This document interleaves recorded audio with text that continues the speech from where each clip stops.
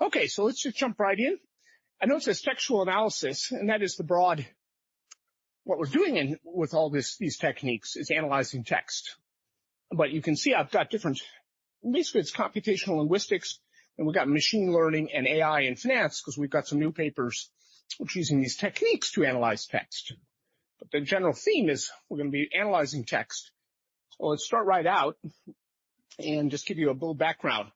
You know, we all know we still use, in many cases, SIC codes. And if you look at the origins of SIC codes or NAICS, here's where they came from. They came from the government, basically some people sitting at desks, and then you would send out a form, and you just, like you do for the Journal of Economic Classifications, you just put a checkbox, right? So it's the checkbox method.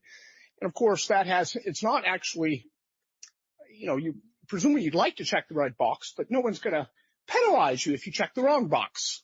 And it's not something that's audited. So that's something you need to realize from the very beginning. So what we're going to do is we're going to use the textual data and come up with different ways of classifying and building new industries. But beyond just the industries we're going to do in this line of research, we're going to use what we call scalable NLP, natural language processing, to create generalized concepts of industry, density of competitors, and a measure of competition. It's going to be like a localized measure of competition, meaning just like if you go online now and you say, I still have the water from the rain. If you go online and say, you want to see a dentist or a doctor, you would say, I want to get somebody 25 miles from me or 50 miles from me, right? So there's a concept of distance in physical space, but we're going to create measures of distance in textual space. And those are useful because no longer we can put you on a grid instead of thinking it's just, okay, you're producing in, for example, computers, you're basically, like it's 3571 or that's semiconductors. But we have a little bit more. And I want to say that it's really the economic questions you want to think about. There's lots of new economic questions one can answer. We've done a bunch of these. Others have done them, but M&A and synergies was the first paper we did in 2010 in the RFS. But we have product market threats, payouts, financial flexibility. And then we have this new text-based measures of industry. We even study things like conglomerates. We study things, we can do some corporate governance. Even in the stock market, we've got some asset pricing applications. And other people have done this quite as well, too. And that's one of the nice things is that you go on to Google Scholar, and it's a recent paper, and it's got lots of citations because, assuming they're citing it because they use the data we've provided, it tells us about 1,800 papers using this data beyond we've done about 7 or 8 of our own. So here's the general idea. What we're going to do is change it from, what we call a closed transitive network, which is what the existing SIC codes or NAICS will provide. And we'll tell you what that means, closed transitive. But we're going to do it to generalize network concept. So there really are no industries when you start out. You then have a researcher have the ability to decide what's 25 miles around this firm. And you'd say all the firms, it's not going to be 25 miles, but it's a textual measure of distance. And we'll get in, you have perfect flexibility. We have the whole matrix up online.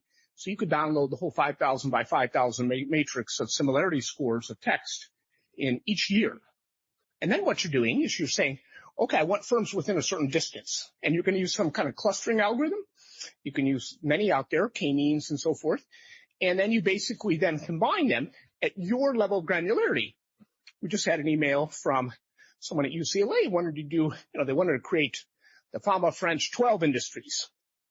So on our website, we stop at 50, but I said, it's really not hard. Just take the whole matrix, load it up into your favorite statistical package, 5,000 by 5,000 each year, and then you run a clustering algorithm. There's many of them out there. So one I like in particular is k-means, but we even wrote our own clustering algorithm. And so you decide how many groups you want. If you want 12, like a Fama French 12, fine. Or we call it a Phillips 12, because you're using the similarity scores instead of just arbitrarily choosing an SIC code at a certain level of granularity. And we'll tell you why that doesn't work as well. And we show that in many papers where we've run like horse races. But again, it's all the ideas here. Take the text that firms use and process it. And so we'll talk about the techniques too. But in the economic question, You can think of industry peers and competition really are core to many questions we look at. Economies of scope. We're going to talk about that paper in a little bit. Just have a recent paper on economies of scope, which I'm glad to report the JF took it. So it's going to be forthcoming next year.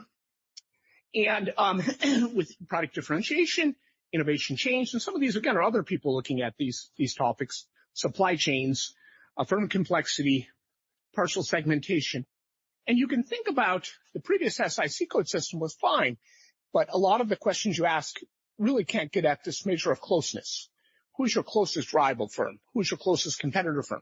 Who is a firm you might want to buy? Because, if you take a big industry like 737, which is like business services, has everybody from Amazon, it has everybody from Oracle, it has everybody, tons of different companies, Microsoft, Google.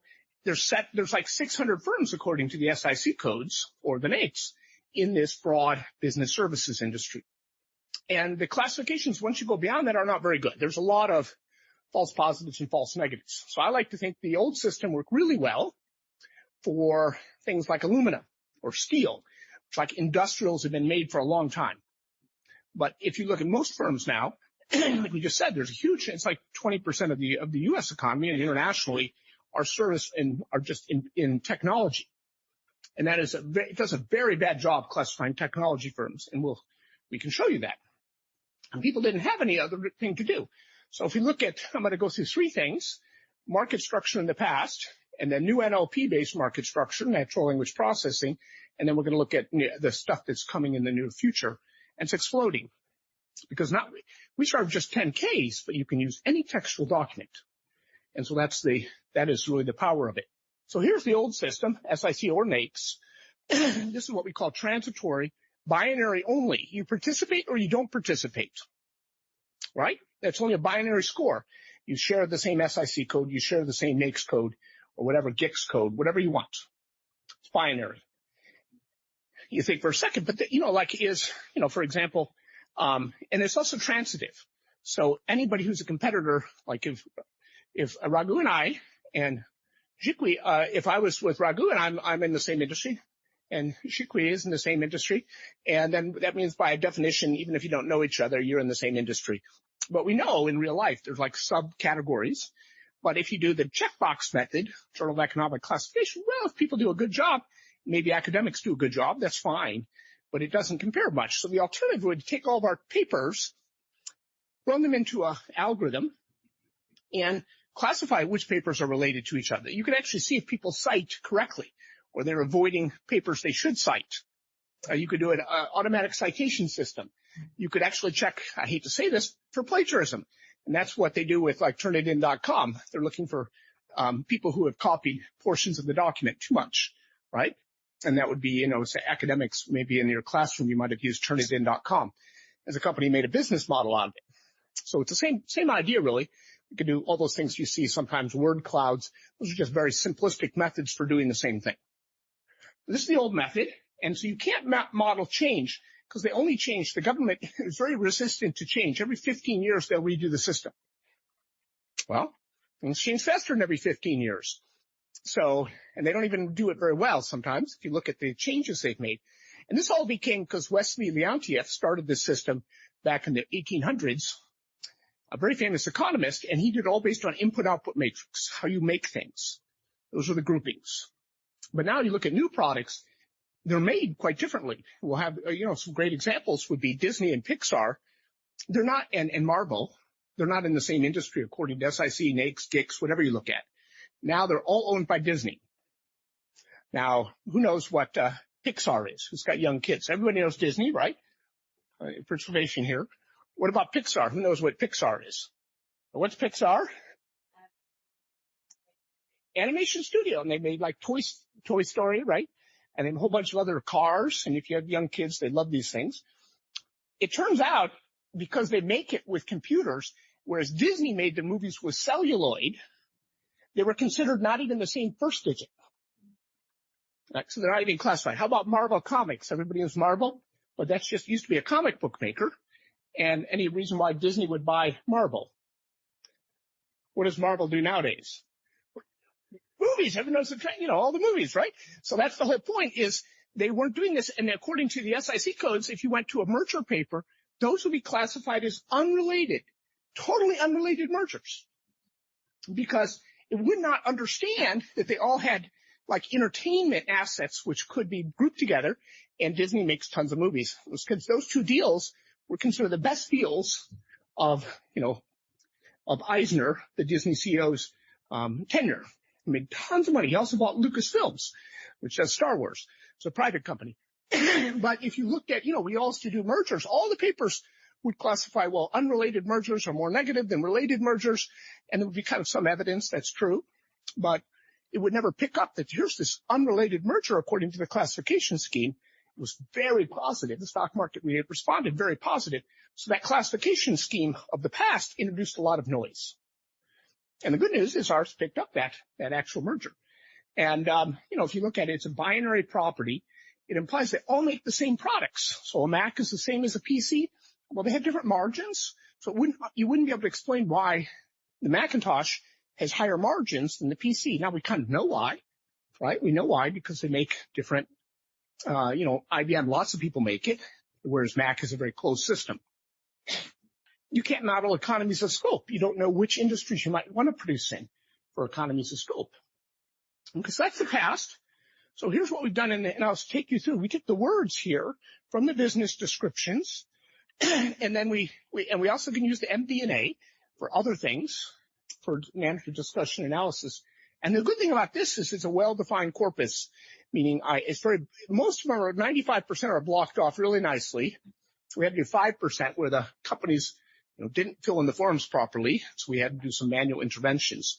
But you can do those very easily with technology today. You train a model to pick it out.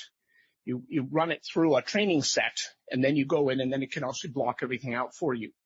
Okay, so here's an example of how Apple changed in just 10 years. So these are the actual 10K documents which we use in all, but this is a textual document. Okay, so the question is here, you can see it. They had Power Mac, they had iMac, of course, no iPhone. This was 1999, and this was 874 words. Okay, and then if you look at them in 2009, just 10 years later, you can see they've got the iPhone. They got Mac still, but look, Mac is now, I put some dots here. There's still a lot of text for Mac because it is 3574 words, so it went up by a factor of almost over about 4. And then they also had iTunes, which they don't have anymore, but they have music products. So now you could pick up the new competitors despite them having exactly the same SIC code. The government doesn't adjust it, and Apple doesn't care that much. So you'd have to look for some external way. You could say, well, I could use the CompuStat segment tapes. I hate to tell you, they don't work very well because firms don't like to break things out, so they don't in the segment tapes. So you won't find the music segment in for Apple. But we think it's quite important, right? And you wouldn't find a lot of the segments that they actually produce, a lot of products. But the 10K words are over 2 million words. Okay, so we started off, we did something very simple in the analysis. And you can do this now with, there's Python algorithms called Beautiful Soup, NLTK, DocTorVec. We use those in the newer, and they're a bit more powerful, and they give you a little bit better performance. We actually do this in the new paper. We use DocTorVec. But now the whole point of it is, when we compare it, the biggest jump just came from using this very simple approach versus the SIC codes. When I say biggest jump, the biggest jump in explaining things we think industry should explain, right? And so we started off very simple method, and we did this in Perl, not Python. And it was, if you think we exclude common words, because those are just fill words, right? And we take them all, there's 2 million words, and the unique words, once you strip out the stuff, and you can also stem words, etc. And then you normalize, you just say a 1 if you used it, or you could put a 3 if you use it 3 times. Turns out that didn't make as much difference. So we did 1, or you could, and then you normalize to unit length. You take a dot product, and you get what's called a cosine similarity. It's a cosine similarity score. It's very well called the min hash, and there's other techniques of similarity. This is the simplest. When you're starting something new, it's good to use simple stuff. They didn't have a lot of the big language models that they have now when we started this. Okay, so it's very simple. And here's the frequency distribution of the cleaned up words across the 10 Ks. And this was, you can see here across, this is one particular word, one particular year. And you see there's some, they look very low. They're not very descriptive. So those would be, it might cause problems for us. But remember, if those 25 words that are left are really good words, maybe it's still better than the SIC code number. So we'll think about how to evaluate if it's better. So we calculate the document similarity, and here's how it is. You basically see it. Here's a very simple example. You put zeros and ones, and we're not looking at the meaning. We don't have to worry about the meaning because there's not, we didn't do synonyms, antonyms. We did later stuff. We've done that. But it doesn't make as much difference because we're doing product words. In some other context, you might want to go in and get the meaning of the word. There's techniques for doing that. But we don't have to worry for product words. And you basically just, and then you normalize it and you take the dot product. And basically what you get is a vector, basically between two firms is the similarity score, where if they're orthogonal, they're unrelated. If they're right on top of each other, which means they go in the same direction in word space, then you would have a 1. There's very few 1s. There's a couple up there pretty high, but most firms try to use some kind of different words. So then you have to decide of the whole matrix. You have to say, well, what is an industry? So here's what you have is you have a high dimensional unit sphere, and you then have to use a clustering algorithm to decide what the boundaries are. And so we basically started off and we said, we want to compare this to the SIC or NAICS. And we know that SIC3, for example, has about there's 281 groups in SIC3. And for NAICS, it's like 314.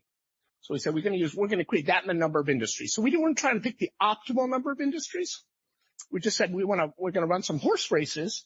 So we have to benchmark the level of granularity. So the same number of industries. In our case, what happens is we're reassigning firms to other groups, and especially the big industries in SIC, we're going to split them up. That's what our algorithm essentially did. And there's some that are not even, that should be in the same industry, and we can recognize it with text, like our example with Marvel and Disney and Pixar.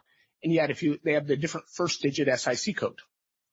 So those are the ones where we correct mistakes and then so forth. And it's not going to claim that ours is perfect, but we put it on the web and we haven't had that many complaints yet. People sometimes point out a firm and it's been there. We have like over 75,000 downloads of the data we put up. And so I think it's been tested by many academics. We can give you the programs too, if you want them.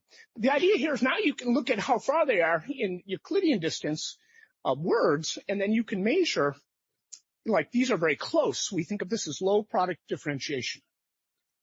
And over here, you can say, well, that's by itself. Now, we haven't talked about demand in that area, but if there's high demand, in any case, we should see higher profits.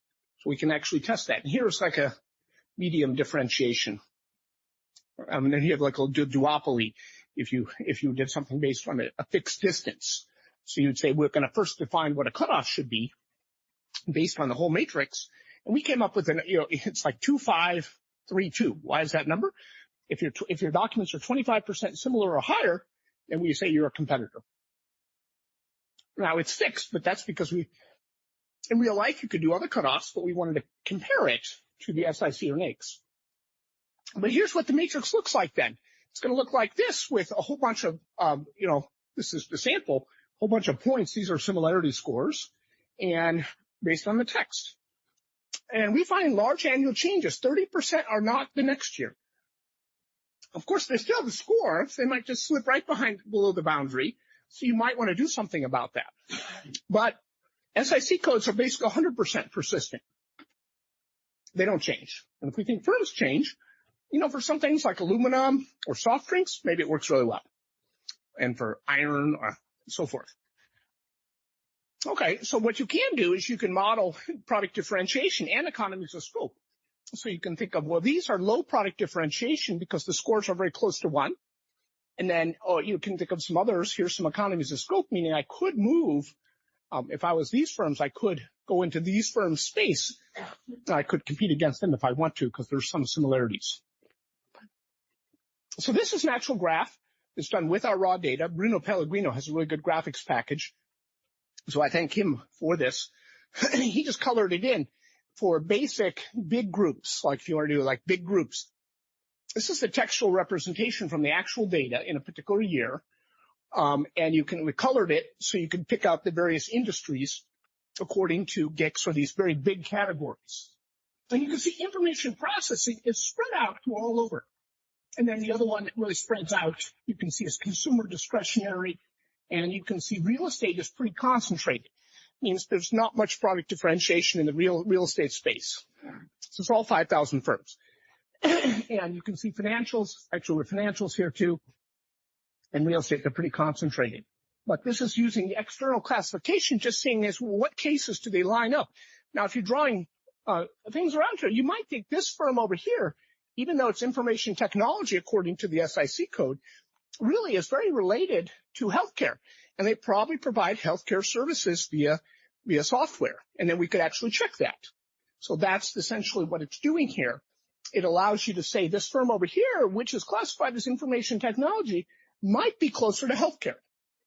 In fact, the competitors may be healthcare, or it might be the customers. We don't know, because they sell healthcare products. But then we can go in and model the supply chain as well. And we'll tell you how we do that.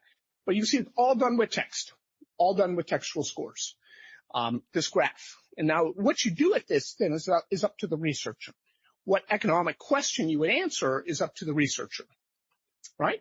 So you could probably come up with, and that's why there's like, about 1,700 Google sites. There's 1,700 people who have papers who have done something with this data, answering some kind of economic or financial question, right? And it's good to make things available. And now you have to, according to the journals, but we always did it early on. Here's an example of what we call a validation test, or you can think of this if this is industry classifications. We're going to compare across methods, and we're going to say, I'm going to explain these dependent variables. So I'll take your operating income to sales and then take the average or the median, really doesn't matter, of all firms that are classified as competitors with this method. And we think that you should have similar margins if you're a competitor. It's not going to be perfect regression, right? Or you should have similar advertising to sales. Or, again, not using any stock data, you should have similar betas or similar covariances in the stock market, if those competitors indeed are representative of true competitors and what you do. So we're going to understand the experiment here. We take the beta for Disney, and we try to predict it with all of Disney's competitors that are based on the various systems. And we are going to exclude Disney from the right-hand side. So it's basically do the betas of the competitors predict the Disney's beta? Do they co-move in the stock market? And look across this. According to SIC or NAICS, you get about 9%. Even if you use industry year average, that's 15%. And jump over here, this is our 10K TNIC, we get 24% R squared. So it's a huge improvement. If you think industries should co-move on characteristics, that you should co-move with your industry peers. That's the definition of a peer, I think. Operating income should be somewhat similar. There's going to be differentiation. And advertising to sales, we did this for like 18 accounting characteristics. A lot. And it really works on every single one of them. The text-based system outperforms SIC code. You can run it yourself. It blows you away that how much better it is just with this simple thing. It also tells you how bad the SIC codes are. There are some industries, again, that do a reasonable job, or NAICS codes. Again, they are designed on how you make products. They are not designed for what products you make. It's really strange. You wouldn't do it today if you did it, if you redesigned a system. No one would do it this way. That's what they used to do it. It's like taking, if I make a cake with these ingredients, anybody that uses these ingredients is in the cake business. It works well for cakes.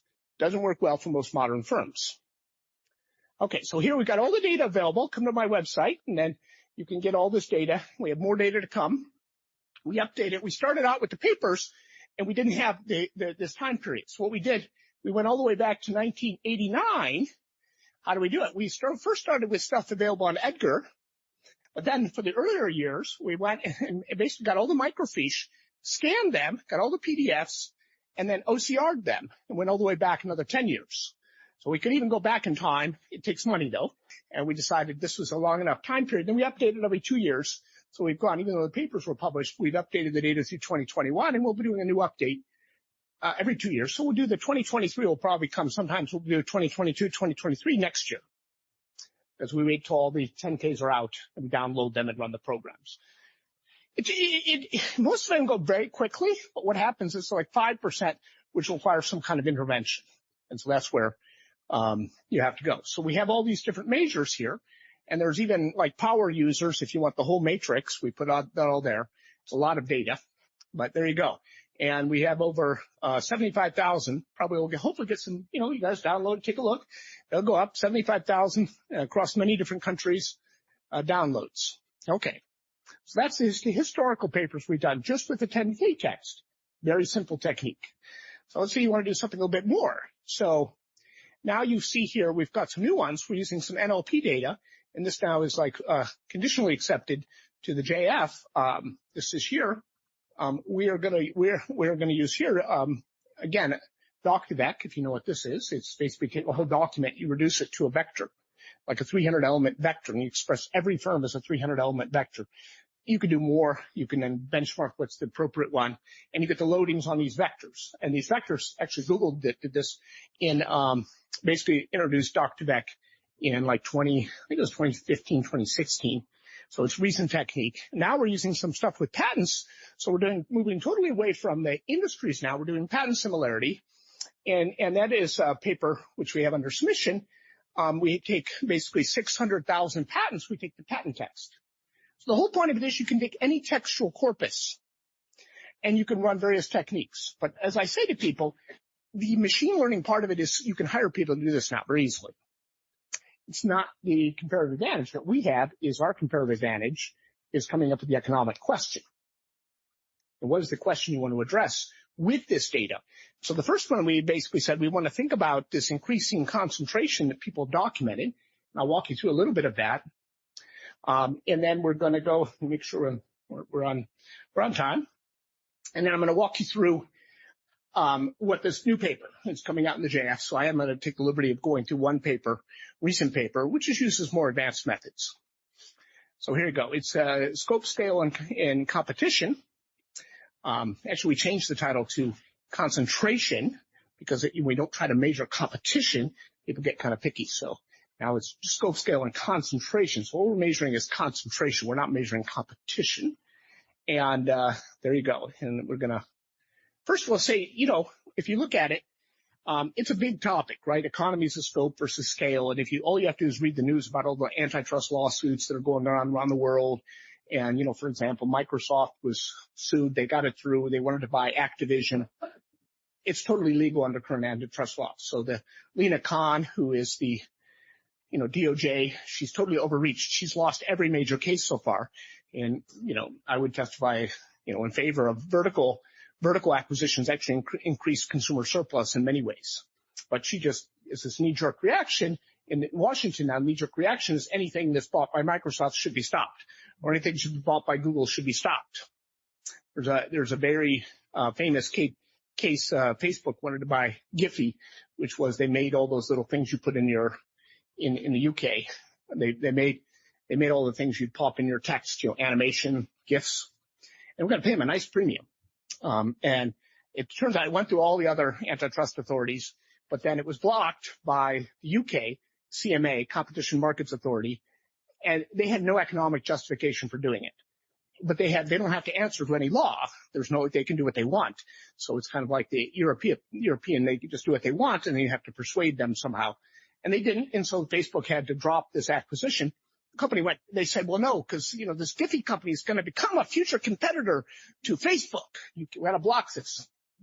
We don't want consumers to be able to put in their Instagram, put GIFs in their Instagram that they own themselves, even if they give them for free. And the company went bankrupt like a year later, didn't have any money. So they were being paid to complement. They weren't making any money on this. So it's like basically the CMA just destroyed, the people who founded it they offered them like $500 million and the CMA blocked it in UK. It's just crazy. But in any event, that's the kind of thing that's going on now. And so it's, and if you think about it, what they were trying to do was increase the economies of scope. In some sense, they weren't making GIFs And this company had a lot of GIFs that were patented. GIFs, again, those little cute things you put in your texts, or your online media. It's a happy birthday and you got some weird stuff going on in your text. But, the whole point of it is do you make any money on those things? No. So, of course, what they were trying to do is just make it easier for consumers to have an additional product extension. And I think that should be allowed. I mean, most anybody with common sense would say that should be allowed. Because they had a library. Maybe they were cute. They were patented. So the question is why? Is anybody going to pay for those? I don't think so.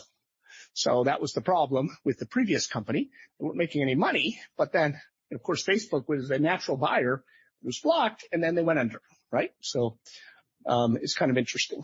So essentially what we're going to be focusing on is this, which firms go to economies of scope, and the text will allow us to do that pretty well because we can pick up firms that are related in some sense. They're not going to be perfectly the same.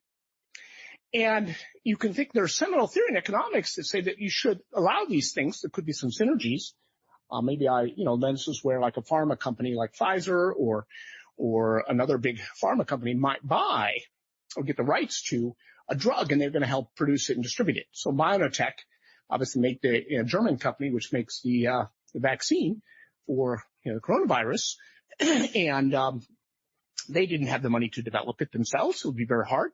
They didn't have the manufacturing plants, so they basically made a deal with Pfizer, and so Pfizer basically bought the rights. Now, they didn't buy the whole company, so you don't have to, but I'm saying that was an example of a company which, where a drug development can go with these big pharma companies, which can take it out to scale. So there's some benefits for this kind of economies of scope. And so we think about our thesis is scope is about positive NPV expansion across related markets. And it's operationalized by buying through M&A through related firms and innovating to create productive flexibility. So we're going to try to understand that, and then this has implications for concentration ratios, which we produce. If we produce them with CompuStat data, which a lot of people have done, it looks like the U.S. is getting super concentrated over time. Well, I hate to tell you, and Phillips and there's a bunch of other people pretty prominent. And to Phillips' credit, he's got a paper which kind of shows this, documents this. It's a Brookings paper, but he was the editor who handled our paper, and he accepted it, even though we're saying he's wrong. You just calculated it wrong, and concentration is not going up as much. In fact, in many cases, it is not going up at all. So when Google goes and buys firms, the question is how you define the markets. Is that a one market, or does Google have separate markets? And Amazon would be a great example. They do everything, including, online, AWS. They've got grocery stores. They've got, and should you allow them to, is the concentration ratio going up because their sales are going up, but there's a lot of related products. Now, some of the concentration is going up. So here is again, just an example here of, the traditional method, right? Average CompuStat, and even if you do inflation adjusted, and then that means the size of the firm is going up on CompuStat. We know that, okay? But we're going to basically show you that if you adjust for scope, and this is the bottom line result, you don't see the big increases if you redefine the markets using our techniques. And we've already shown before that these are better market definitions. Now, again, as we know, maybe in cell phones, in airlines, concentration is going up. Those are two industries. The question is, okay, even if you take breakfast foods, there are new products coming along, and, we go to the grocery store, you can get, all the kinds of, health bars. Okay, so maybe one company like Kellogg has cereals and health bars.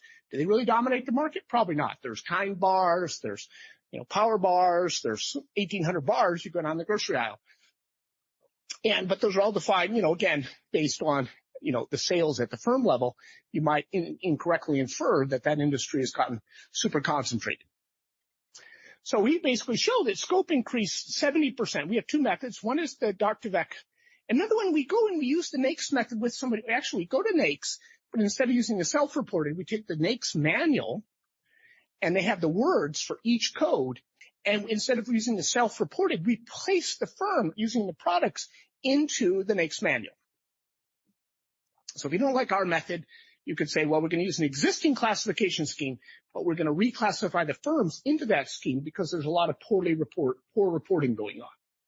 And indeed, both methods show NAICS scope also shows kind of a flat not quite as dramatic as the TNIC scope. TNIC scope actually shows a bit more initial, number of segments are going up here, but even NAICS, the number of segments are going up. And then, for CompuStat, it looks like the number of segments are flat. And if the number of segments are flat and use CompuStat data, of course, if firms are getting bigger, you're going to get increased concentration ratios. So it's not surprising, right? So we're going to, and we're going to go compare these. CompuStat segments look different. That's what a lot of people use for industries. That's what these other papers have used. And the problem is there was regulatory change in 1997 is you don't have to break out your product lines anymore. You basically, only if they're based on managerial reporting. And so a lot of companies don't want to do it. It's a bother, and they don't want to actually give all this data away, so they don't. And so essentially, it basically caused a real problem. And this tells you the CompuStat segments, look, it's crazy. All of a sudden, there's a big drop here because there was some deconglomeration. And then it went up because everybody started reporting essentially two segments. So, but that's not exactly what people do. So, and everybody used the CompuStat data with the segments, because it's readily available, right? So we all like using something that's readily available. You don't want to go to the bother. And, so it just basically shows you how wrong CompuStat is. But we could say it like this, but we're going to show you through a number of tests. We'll run some horse race on things you think should be explained by segment data. And we're going to show you that it doesn't work. The CompuStat doesn't work very well. And you might be able to improve over DocDevec. Maybe you can use a large language model and do a better job than our DocDevec, which is still based on huge numbers of texts. It's not a large language model per se, but here's CompuStat segments. Again, typically two segments, but even within these, you could have electronics and you could have cell phones, right? And there would be one. And then you have office equipment, and then you have furniture for the home. That would be one segment here. So if I do a concentration ratio over here, it's going to look more concentrated than if I have four segments. It's very simple. It's a very simple idea. The question is, do we think it has four segments, or do we think it has two? So CompuStat says two. Our method says four. Who's right? Well, we're going to show you some tests, which would lead people to believe, call them validation tests. We would lead people to believe that our method actually is indeed closer to the truth. Maybe not perfect. Maybe there's five. Maybe there's three. Maybe there's five. Again, it's just a question of how well the algorithm does relative to some other algorithm. And then we can think about what it should do. So at a high level, so what we do at DocDevec, we establish local industry dialects based on firms that report single segments or use external vocabulary like NAICS, and see how many dialects a firm has in its industry product description. So dialect called industry words. If a firm operates in many industries, we expect multiple industry vocabularies within the text, just like you saw with Apple. And what the firms do is they actually break it up into paragraphs even. You can see it in the text. You saw that with Apple. They break it up into paragraphs. And 10Ks discuss the products they sell. And people always say, well, how do you know that's accurate? Do they report everything? They have to, by law, report anything that's material. And the other thing is, I think they want to tell you that they're making the Macintosh. It's not like what's the bias there? And if I don't make any, like Apple Macintosh, there's copyright words. You can't just say I make Apple Macintoshes in your 10K. Now, with the common words will be computers, connectivity, internet. These will be the common words, bag of words. So it relies less on idiosyncrasies of the data providers. And it avoids putting firms in one bin like NAICS, and all firms are subject to the same disclosure platform and the SEC review process. So it's like unlike the Journal of Economic Classification codes, maybe with academics we're careful and we pick certain bins. A lot of times you pick three and you stop, even though there's some relationship to the fourth one or the fifth one. People don't really look at those too much. In the end, you're going to do some kind of you go on to Google Scholar and do a textual search of documents. That's what you're going to do to find what you're interested in, right? So you're using that now. That's what Google does. Okay, so here's an example. We have these industry bins based on words. We'll again use the same technology where we stem words, where we get rid of, non-product words, adjectives, adverbs. In the early days when we did this, we actually fed all the word list into Websters.com and removed any word that was an adjective or an adverb. Because that was in the first or second or third meaning on Websters.com. So we wrote a program to do it. Nowadays you can do it's easier. And so you score firms. And so this firm would be producing cell phones and electronics, and this firm is producing furniture. Now, you can see that there will be occasionally a firm will have some words over here, so that might appear in the furniture words. Maybe they talk about office desk, but it wouldn't be a large number, so you wouldn't get a score. So you have to have a threshold for it does produce or not in that. Okay, so here's an example of Tesla, which is we're going to make all these loadings available very soon. We got the thing accepted, so we publish all the data. And this is an example of Tesla with our classifications. And you can see Tesla before Solar City and after Solar City acquisition, and we have the weights. Now, you look at these and you say, well, I'm not sure, but Tesla's very integrated. So they actually make everything. So now they make everything along the supply chain. They buy very little. Whereas like a typical firm like, General Motors or Ford is not going to be that integrated. They still are somewhat integrated, but they don't make solar. And so you can actually see the first year they made solar, it was a big loading here. And you say, well, they're just talking about it more. And that's true, but at least we got it, that they actually have solar. You wouldn't get it in the traditional methods. You wouldn't understand that now they have Solar City and they make batteries. And they make batteries that go for your home, but they're still used in the car. So there's a lot of technology they use in their battery plants. So it was quite related because they make battery-powered automobiles, right? So, and then we could see the individual segments, and and they may have a lot here, so they have a lot of segments on our method because Tesla basically makes everything that goes into the car, whereas other companies might buy pieces of the auto parts and so forth, right? Okay, so Tesla's in our data. And then we can run, essentially we're going to run a first stage regression to kind of predict it. And then I don't show you all the ways we've gone in. We actually showed you, here's again we're going to have these measures of scope, and then we're going to predict which firms will have higher scope. And these are like instruments which come from King and Kung, and some others where look at how assets are redeployable, how redeployable assets are. So we use some instruments to get around some endogeneity problems. But the key thing is we go back here to this, what we're going to do is we can then run and understand, we have some validation tests. If these are indeed true, what should it do? It should predict, like in the management MD&A, they should talk about integration, product lines, and does CompuStat pick that up? So we run a whole bunch of battery of tests to convince people that this outperforms SIC or NAICS. I think it's kind of obvious, but once you look at the raw data, but again, we had to run the formal statistical tests. So in the interest of time, I'm not going to show you those, but there's a whole bunch of battery of tests in the paper. Okay, so here's again what we're going to use then, these kind of measures of scope. We're going to predict them with instruments. And then what we're going to do is we are going to look at, when we take scope, can we predict how you got, are you more likely to be an acquirer if you have higher scope? And the answer is yes. But this is why we had to instrument scope, because people could say, well, I acquire and then I have higher scope. And that could be true, but we instrumented the scope, so we call it IV scope. We do it with the raw too. You can see the raw, but they do more acquisitions. They're less likely to be a target. You're bigger. There's even controlling for size, so we still see it. R&D, you do more R&D. This is today's, what we call today's scope enhancing firm. And you actually don't do much CapEx. And we see this in the technology space. They don't do a lot of CapEx. But they do a lot of advertising, and they do a lot of acquisitions, and they're more likely to be vertically integrated. And they a little bit of outsourcing too. So they'll outsource some of the products. So these are like, and this is with the Doc2Vec scope measure, and this is a NAICS scope measure. Again, it's not NAICS in the traditional sense. It's NAICS scored with the words that overlap. So some people, we do both to show you. And then we look at, well, does this in fact associated with increased valuation, kind of market to book, kind of poor man's Q. And we do find indeed it is, and that's in the contrast to the conglomerate literature, which has said that this is associated with, a lot of papers out there. The old style conglomerate was not really about scope. It was about diversification. So scope is different from diversification. It's related products. Diversification is, in fact, we have a test in the paper. I don't think I made a slide of it. In the interest of time, in fact, our scope and increasing firms have more volatility, so it doesn't decrease their cash flows.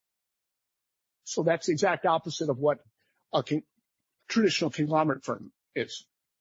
So that's why we call it scope, scale, In concentration, the 21st century firm, in the old days, if you had high scope, it was for diversification reasons. They were unrelated products. We're showing in most of the big firms today are actually very related products. Very related products. And we show that in a number of methods. Okay, then we show that, in fact, they have higher sales growth, they have higher asset growth, but interesting, they're not using, you could argue that as they get bigger, typically your operating income or your margin would decline. There's some decrease in returns to scale. But what's interesting for these big firms, that's why the market really loves them, that they've been able to grow without the decrease in operating margins. It's not like it increases operating margins, though, because margins still are relatively flat with a slight negative. It's not significant, like 1% lower, but as you grow. But it tells you that it didn't really affect your operating margins because you're doing related products. So Apple still has very high margins, even though they've added all these new products. And Microsoft does too, even though they have new different products. Like, they have obviously the Whole Foods, and Amazon has got, tons of different product lines now. And their profits actually have not gone down. And you can see that throughout. But they do have very high valuations. So you can see this is like a 10% higher market to book, all the things included. And you can see this method has a little bit lower, 5.6% higher market to book, whatever the market to book is in general.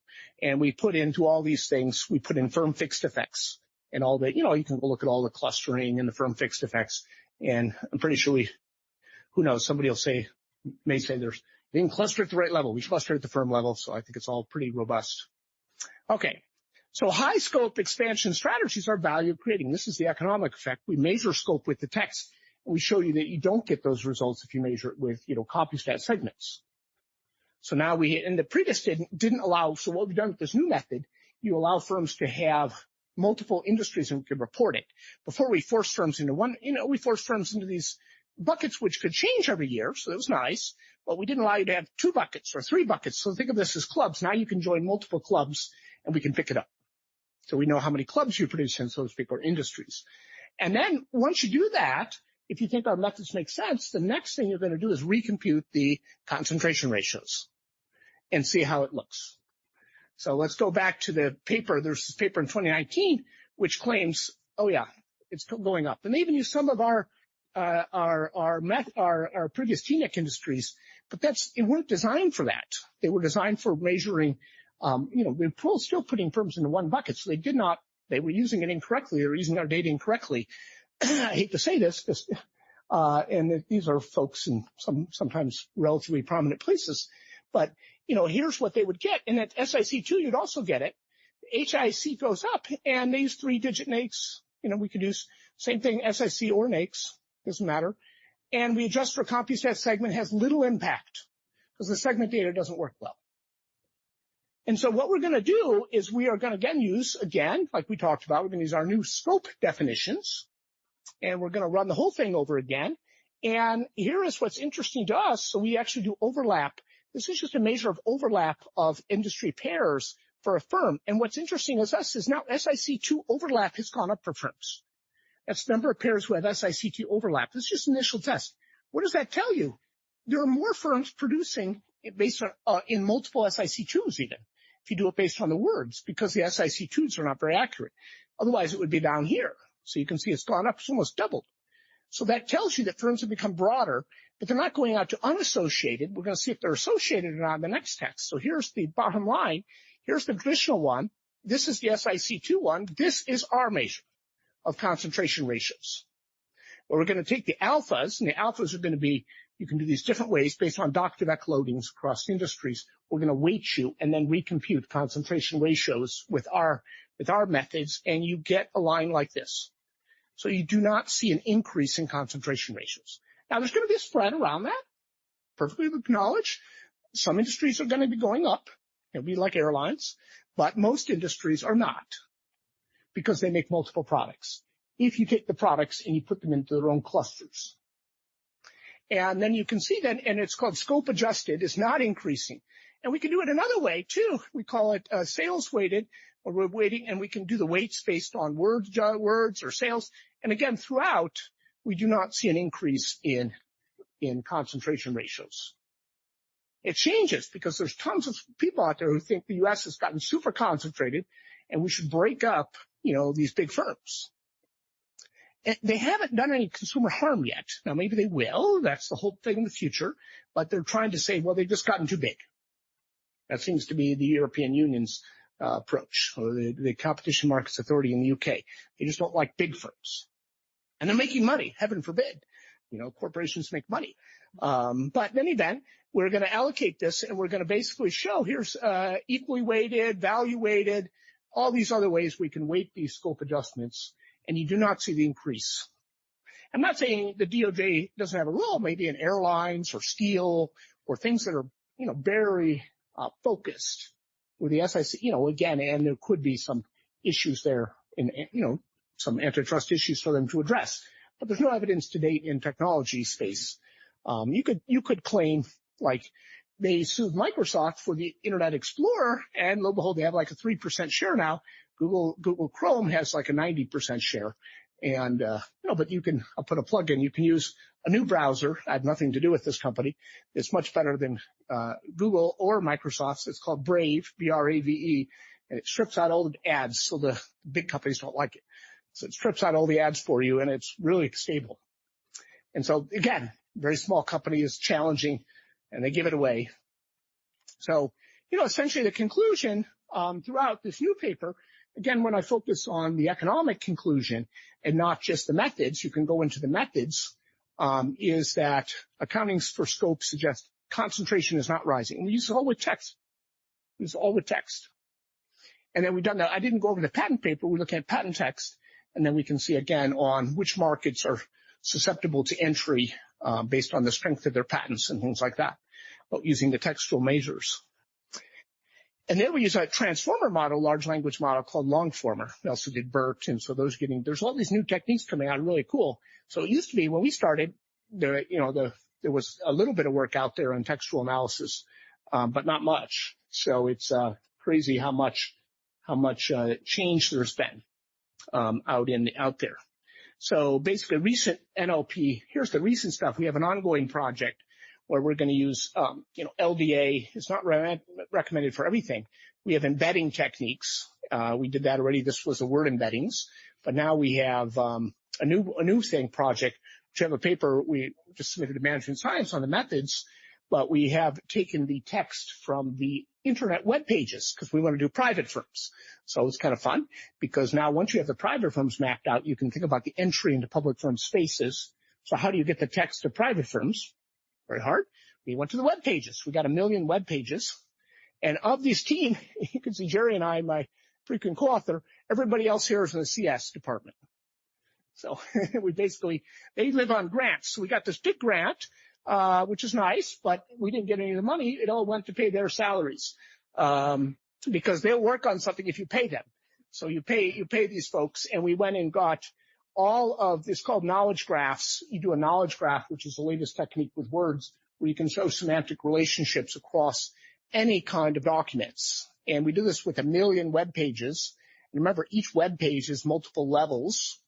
We take 3 levels of the web page, and then we have to extract whatever we want. We can do ESG, we can do branding, we can form, clusters, and we can do product text. The product text is nice because, and then the web is really good because people will talk about their products on the web. It's not noise, right? That's why you have a web page for people to figure out what you make and to order sometimes. So private companies have that. Now we're excluding retail because we don't want to have menus from restaurants. So we have 1 million companies outside of we exclude, hair, you can think of hair cutting and then laundromats. They have web pages now too. So we got a list of 1 million, a little bit over 1 million URLs from CapIQ and from Hoover's Analytics. And then with those things, we went to the Internet Wayback Machine called the Internet Archive, and we went all the way back till year 2000. So now about 22 years of data with web pages. And then you basically run these kind of, large language clustering models. And then you can get firm relationships among private companies. You still have the public ones there. And you can run the training set. That's how you have to have a training set on methods. So we run the training set on the public companies because we know a lot about them. that we get a model which works. So as long as you think the model works well for the public companies, you can take that same model and use it on private companies. Is it perfect? No, but there's nothing out there to even compare to. But I think it does a very good job because we're going to run some economic tests there about entry and about how that affects, the public firms with private firm entry. So why do all this? This is why. Major concerns about declining competition and innovation in the U.S. We'd like to see if these concerns have merit. Some people think there's lots of declining competition and no innovation. I think there's a lot of innovation. You just got to look at different areas. All you have to do is look at all the companies not going into AI. They're flooding. Money's flooding in. And they're doing a better job than we do. We started back in 2008 when we did this stuff. It's 15 years ago with very simple methods on a PC. Now we use graphics cards on basically a very large Dartmouth cluster. And so essentially it began in 2016 with simple methods. And there we go. We've done this. Stage 2 is private company. That's what we're doing now. Many applications can be examined here, or you can use patent text.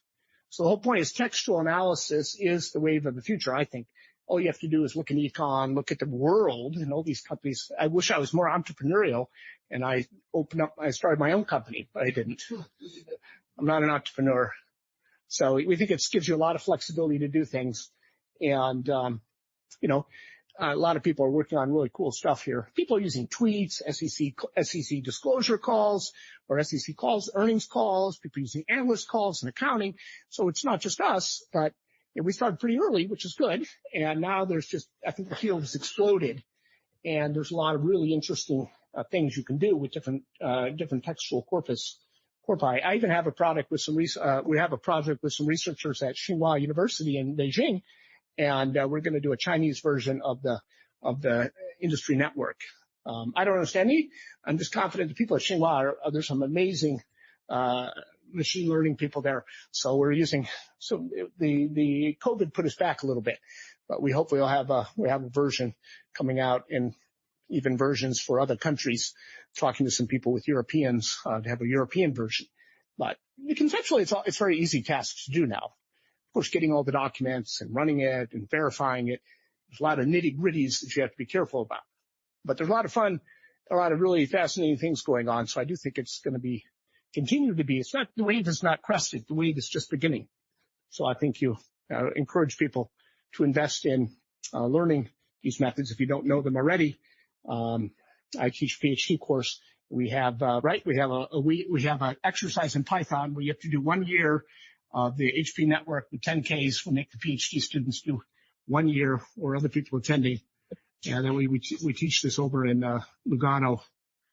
We taught the last 2 years in Lugano, Switzerland, where we go through all the actual methods. We give you some sample programs, and you have to do everything yourself, and then they're off and running. Nowadays, you see a lot of PhD students coming in. They already know. They're really good Python programmers, or they know a lot of this stuff. They know machine learning. So the world is changing, and so that's becoming a tool they teach in high school now. So anyhow, we're right at an hour, which I promised to be at, and I'm done.